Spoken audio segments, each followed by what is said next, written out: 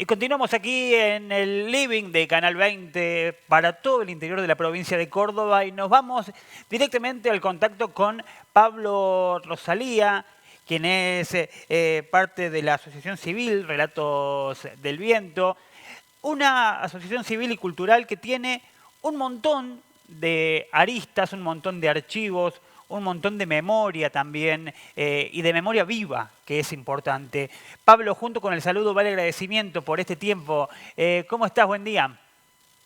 Hola Daniel, un gran saludo para vos y a toda la audiencia. Muchísimas gracias por el interés en estos temas.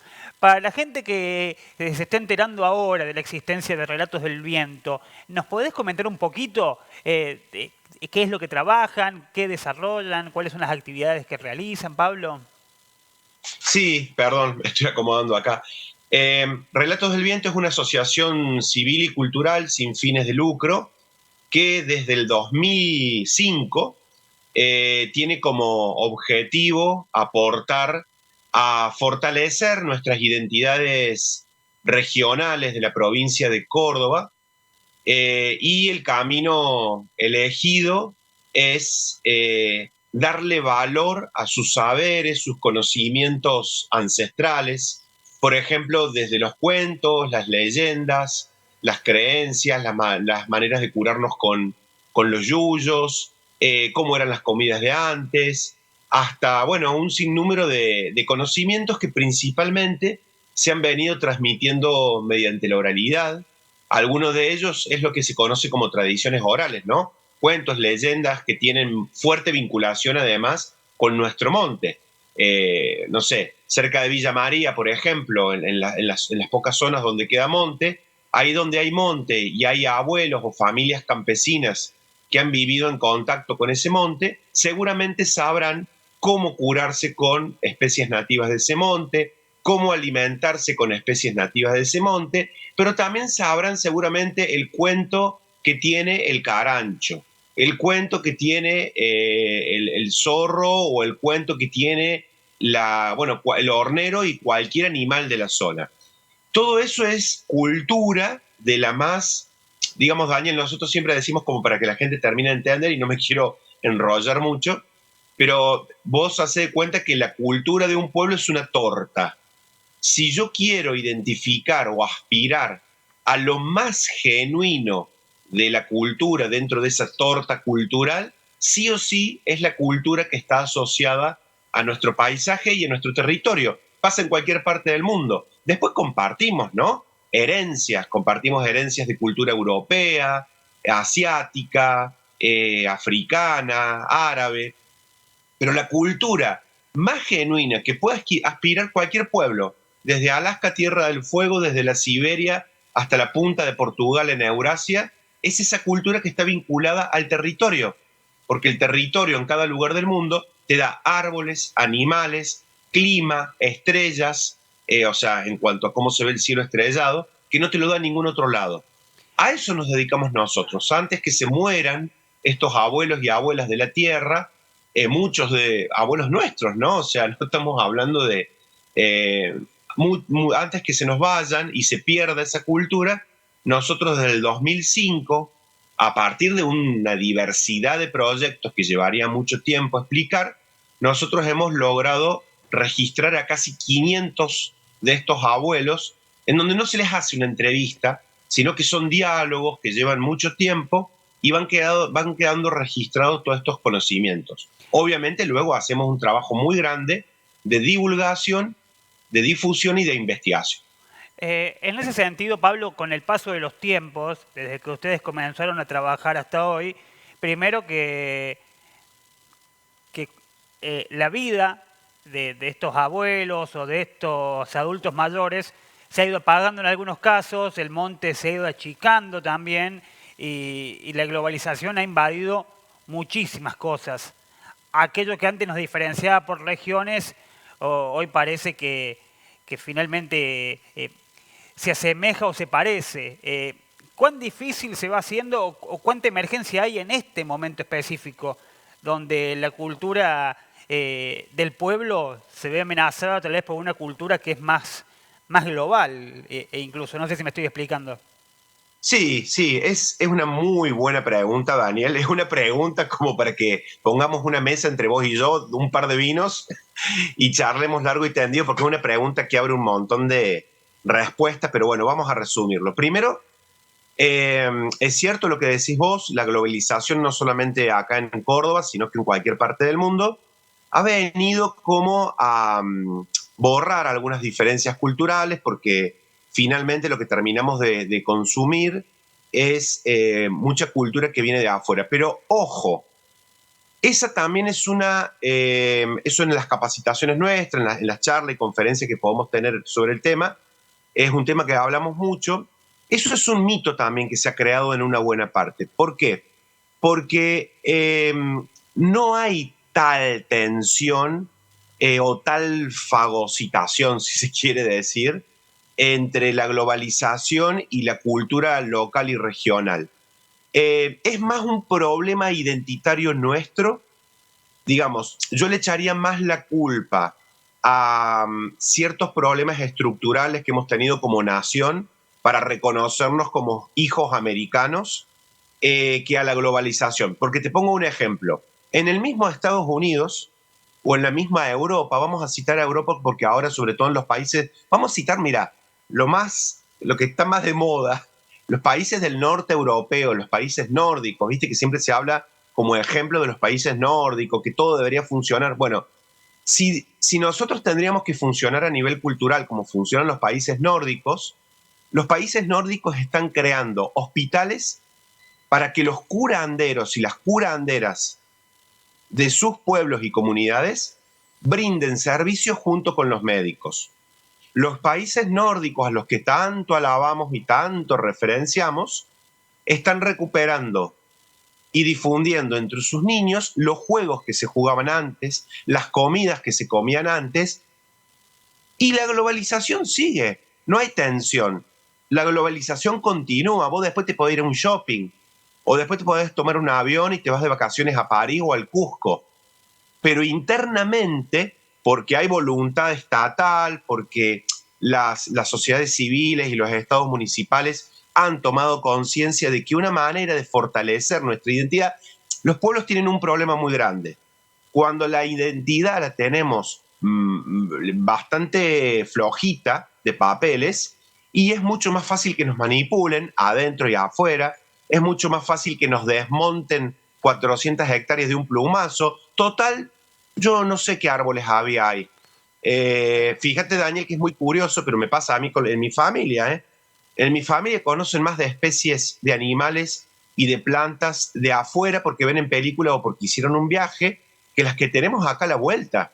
Entonces vos traducilo eso a nivel cultural y es un problema muy grave que tenemos los argentinos, que más allá que una buena parte tengamos descendencia europea, nos estamos olvidando de un detalle muy importante, muy significativo.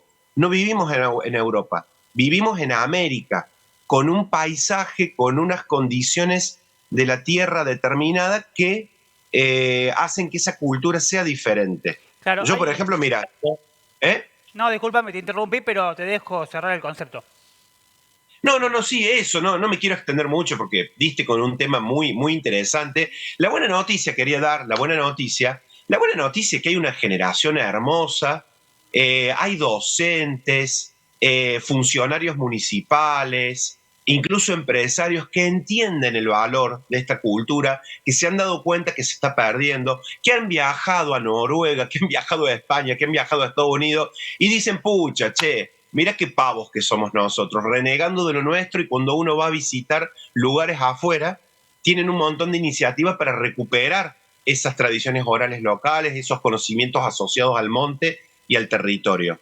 Y esa es la buena noticia, ¿no? Hay mucha gente trabajando en esto. Me llama. Primero hay dos cuestiones. La primera tiene que ver con una idea tal vez arquetípica de el ser popular o el ser argentino. Esa cuestión de pensar que la cultura es irrompible y no es maleable y no es negociable. Es como ver un gaucho con un celular y pensar que está mal solamente porque responde a una época, ¿no? Porque pensamos que la cultura está detenida en un tiempo. Eh, Claro. Pero por otra parte, en este punto es empezar a reconocernos, en nuestro caso, y seguramente vos lo has visto, como un crisol. ¿En qué sentido?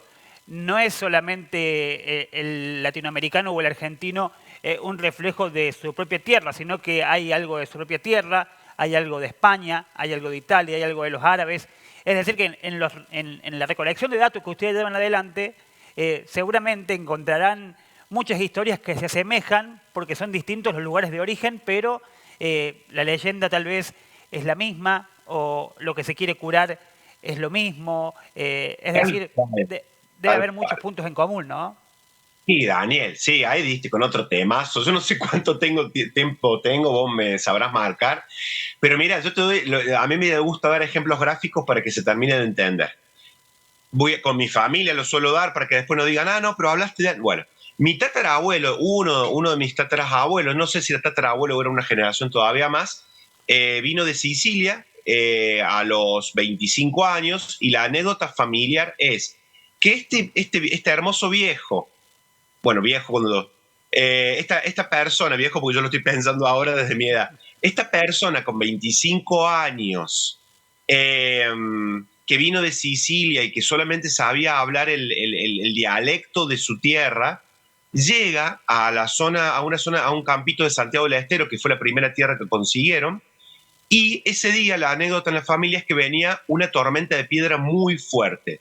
¿Sabes lo que hizo el viejo? Juntó un par de huevos, los hizo rodar, dijo sus palabras secretas, porque la técnica que había heredado ancestralmente en Sicilia era una técnica para cortar la tormenta. Bueno, la sorpresa de mi tatarabuelo, de mi ancestro, fue que los vecinos más próximos que tenía, que eran prácticamente indios, gauchos, criollos muy indiados, tenían exactamente la misma técnica, Daniel.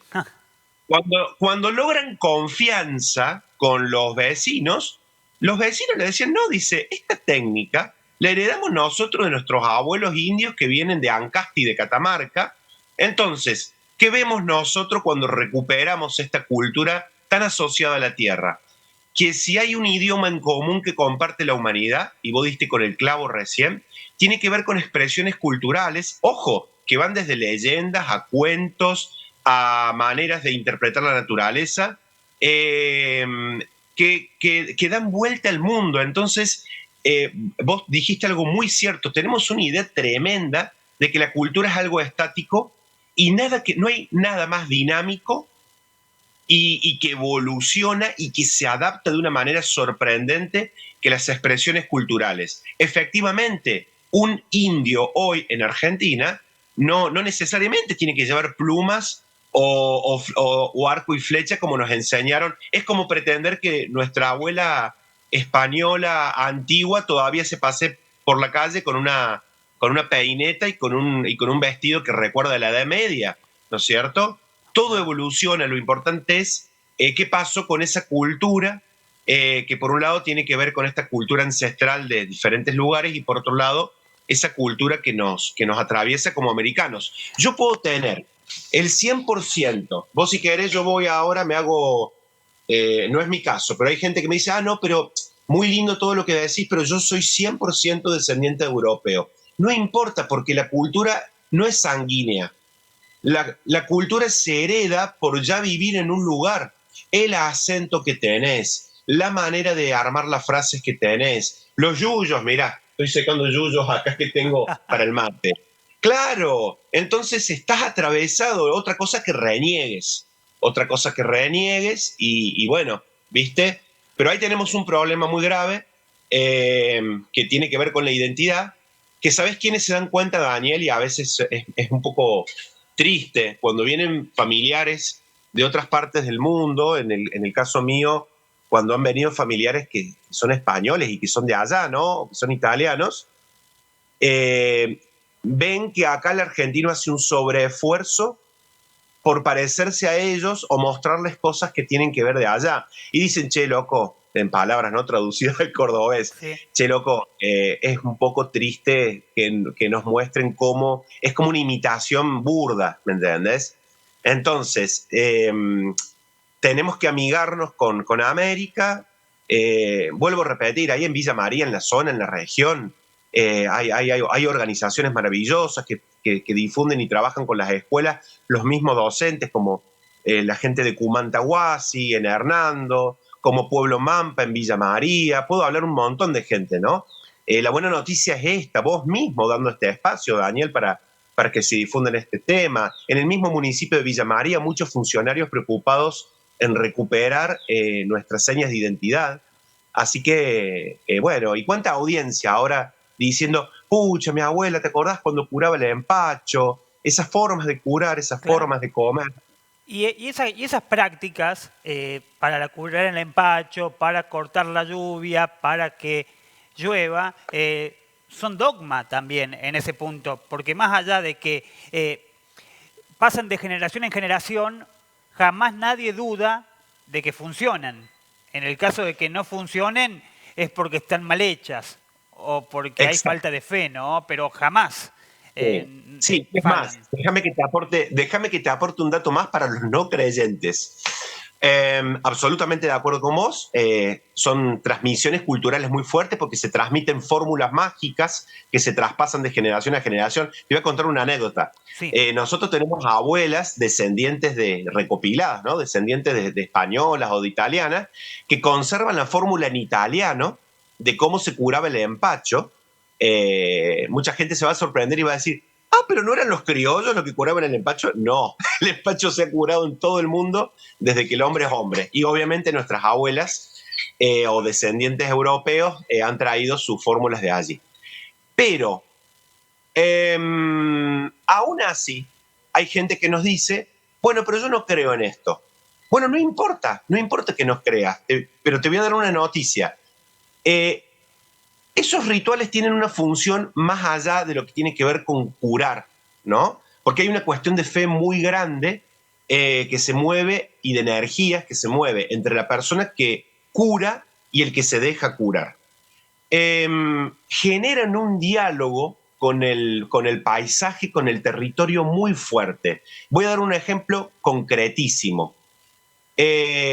Todavía en Córdoba, los criollos creen en el dueño de los animales. El dueño de los animales es como una especie de ser mítico que cuando uno va a cazar quirquinchos, animales del monte en general, el criollo sabe que si se abusa cazando animales del monte, le puede salir algo raro. Algo raro es ese dueño del animal, ¿bien? Que toma las mismas características del animal que se está cazando, una vizcacha o un quirquincho, nada más que con características sobrenaturales. No me voy a meter por ahí porque ya eso es para una charla, una de las charlas que damos y que dimos ahí en Villa María tiene que sí. ver con el dueño de los animales y otros seres protectores de las naturales. Lo corto rapidito. Lo que quiero decir es que el criollo logra con esa creencia un equilibrio muy natural con el medio ambiente, porque no sale con una escopeta a reventar todo lo que se le cruza por el camino, sino que él dice, che, hasta cierto punto vamos a cazar porque nos puede salir el dueño del animal, que tiene consecuencias nefastas además para el cazador.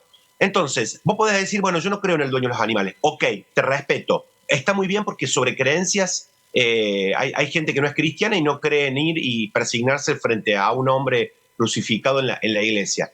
Pero esa creencia cumple una función ecológica maravillosa que no lo ha logrado ningún ministerio de ambiente, Claro. ningún movimiento ecologista, que es generar de manera autónoma y sostenida durante miles de años un equilibrio, un diálogo con la naturaleza. Sin dudas. Sin dudas, y a ver, hablamos de un saber ancestral lejano a las cuestiones doctorales o lejano a todas estas cuestiones de capacitación universitaria de la que se habla. Hablamos de nuestros ancestros sabiendo cómo contener un paisaje sin la necesidad de tanto libro, sino meramente con una actuación, una conciencia sobre la tierra que se pisa, ¿no? Y ese es el deseo, volver a las raíces y tener conciencia de la finitud del agua, de la finitud de los alimentos, de la finitud de la tierra. Estaba viendo o estábamos recién compartiendo en pantalla algunas de las publicaciones que tienen ustedes. Quería consultarte si todavía están disponibles, algunas de ellas a través de las redes que tienen en Relatos del Viento. Y en esta cuestión me quedo con un apartado que hemos sabido leer que tiene que ver con los rituales también, con las medicinas, con las comidas. La verdad que imagino innumerable la cantidad de testimonios, Pablo. Sí, bueno, tenemos por suerte, hemos llegado a registrar a muchísimas personas antes que se nos vayan. eh, y para darte una idea, viste, cuando uno entra a un museo, el museo tiene expuesta algunas piezas, pero lo más rico de los museos suele ser en depósitos muy grandes, en donde están alojados una enorme cantidad de piezas que ni siquiera el que trabaja en el museo sabe. A nosotros nos pasa lo mismo. Tenemos en las publicaciones estas que comentas, que la mayoría son de acceso libre y gratuito para la gente. Yo aprovecho de dar una dirección, es www.relatosdelviento.org, ¿bien? De organización, ORG. Ahí van a encontrar toneladas de series documentales, algunas que se han pasado a nivel nacional, publicaciones, bueno, muchísimo material para trabajar en el aula, para trabajar en los espacios culturales, para disfrutar en familia. Animo también a los municipios, nosotros damos muchas charlas de verano, por ejemplo, ahora que estamos en la temporada casi de verano, tenemos preparadas unas hermosas charlas que la gente se asombra y la pasa muy bien, actividades divulgativas para compartir en una plaza o en alguna reserva natural, así que también invito a los municipios que nos contacten y nos inviten porque hay cosas lindas. Y también en las librerías, yo no sé si puedo dar el chivo, ahí en Villa María, por ejemplo, ¿se puede o no se puede? Pero claro, pero sin ningún problema. Bueno, en la librería Libre Libro, de los amigos de Libre Libro, ahí muy cerquita de la plaza, nunca me sale el nombre de la plaza que está ahí cerca del Centro Cultural. Plaza Sí, Independencia. ahí va. Ahí pueden encontrar también material en Río Tercero, en Hernando, en San Francisco. No sé si estos programas llegan a San Francisco, Sí. pero también hay en la página web van a encontrar el listado de puntos de venta también donde pueden acceder a nuestro material. Y en ese punto, consultarte en qué te encontrás trabajando hoy, Pablo, relacionado a lo que es Relatos del Viento, cuáles son los caminos que están siguiendo. Imagino que con todo esto es imposible quedarse quieto también, ¿no? Porque un hilo va trayendo a otro, o cuando tiras del hilo van llegando más cosas también. Sí, tal cual. Ponele, nosotros vamos no sé, tenemos un proyecto para recuperar solamente leyendas y ya una persona en un pueblito en las sierras de Córdoba perdido te contó la leyenda que no te había contado nunca nadie, entonces vos tenés, es una punta de hilo que vas tirando y seguir recopilando otras versiones y así con todo. Mira, en proyectos, nosotros en todas las en todos los diciembre, enero, trabajamos muy fuerte el tema de la algarroba. Yo particularmente, Relatos del Viento tiene actuación en una buena parte de la provincia, pero yo vivo en Colonia Carolla, particularmente. Y acá en el norte de Córdoba se dan muy bien distintas variedades de algarroba. Entonces, tenemos proyectos en donde le damos una mano, colaboramos organizativamente para que algunas comunidades de recolectores y recolectoras de algarroba puedan llevar adelante estas actividades que tienen que ver con esta cultura ancestral, ¿no es cierto? Entonces, bueno, ahora mismo estamos muy fuertes con el tema de la algarroba, estamos trabajando mucho el tema de las charlas divulgativas junto con los municipios para el verano. Hay una particularmente que también estamos ahí haciendo un proyecto muy interesante. Vos sabés, Daniel, que dentro de los relatos que tienen nuestros abuelos están los relatos que tienen que ver con las estrellas. Ajá. Eh, claro, cuando sobre todo en las noches de calor, nuestros abuelos, sobre todo del campo, que nos íbamos a dormir afuera, nos decían, mira, esas tres estrellitas que están juntitas tienen una historia y es tal. Cuando pasa una estrella fugaz hay que pedir tres deseos, pero hay que pedirlo de tal manera. lo que están en las manchas de la luna refiere a tal historia. Eso que ves ahí, que ahora le dicen Vía Láctea, antes se le decía Río del Cielo y tiene la siguiente historia. Bueno, una de las charlas que estamos dando se llama Relatos Ancestrales sobre el cielo nocturno cordobés, una charla preciosa, atravesada además de muchos de estos relatos que lo vemos en video y que la gente luego participa. Y estamos ahí con un proyecto de recopilación muy grande también de estos relatos que tienen que ver con nuestro cielo nocturno, que es una maravilla. Estamos trabajando en 2 libros. Y bueno, sí estamos ahí un poco preocupados. Somos una asociación civil sin fines de lucro. Tenemos un grupo de socios lindo, diverso. Pero estamos preocupados un poco porque, bueno, hay ciertas políticas culturales que se las quiere eliminar, o por lo menos esa es la noticia, habrá que ver qué pasa, y pone en serio riesgo nuestra actividad, porque estos proyectos culturales incluso han beneficiado a mucha gente. Vos le pagás a ilustradores, le pagás a guías, le pagás a diseñadores, y bueno, lamentablemente cuando uno sale a recopilar tradiciones orales, tenés un gasto muy importante en combustible, en material, bueno, ¿no? Son actividades que por supuesto tienen su costo y bueno, estamos ahí tratando de ver cómo generar posibilidades para que este trabajo continúe. Sin dudas. Y sin dudas también que la cultura es irrompible y que algún camino siempre se va a encontrar para que esto siga fluyendo por Seguramente. botones como lo hace. Pablo, agradecerte el tiempo y comprometerte porque nos quedaron un montón de temas de los cuales charlar. Sí, sí, cuando ustedes quieran, yo invito a la gente a contactarnos, a aprovechar el material que hay en la página web. Les doy un mail, Daniel, si puede ser también. Por favor. Relatos del viento, todo junto, @gmail.com. Relatos del viento, @gmail.com. Bien, o relatosdelviento.org es la web para visitar y ver completamente todo, ¿no? Sí, sí, en las redes también nos encuentran. Ahí tienen una referencia a todo lo que estuvimos hablando. Pablo, agradecerte el tiempo y que tengas un gran comienzo de año. Gracias, Daniel. Un saludo al equipo que está ahí y a toda la audiencia, a cada hogar, lo mejor para este 2024. Pablo Rosalía con nosotros de la Asociación Civil Relatos del Viento. La verdad que los ejemplares, los libros de Relatos del Viento, el contenido, la tarea que llevan adelante, el archivo de imágenes, el archivo radiofónico, todo lo que podés encontrar en la web no tiene desperdicio. Y es como para pasarse horas, pero horas en familia, visitándolo, revisitándolo, compartiéndolo, yendo a buscar a nuestra abuela, a nuestro pariente más añoso de la casa y contarle cuánto desierto y cuántos recuerdos le traen estas palabras. La verdad es que hermoso poder haber compartido esta charla. Nosotros hacemos una pausa bien cortita y continuamos por aquí.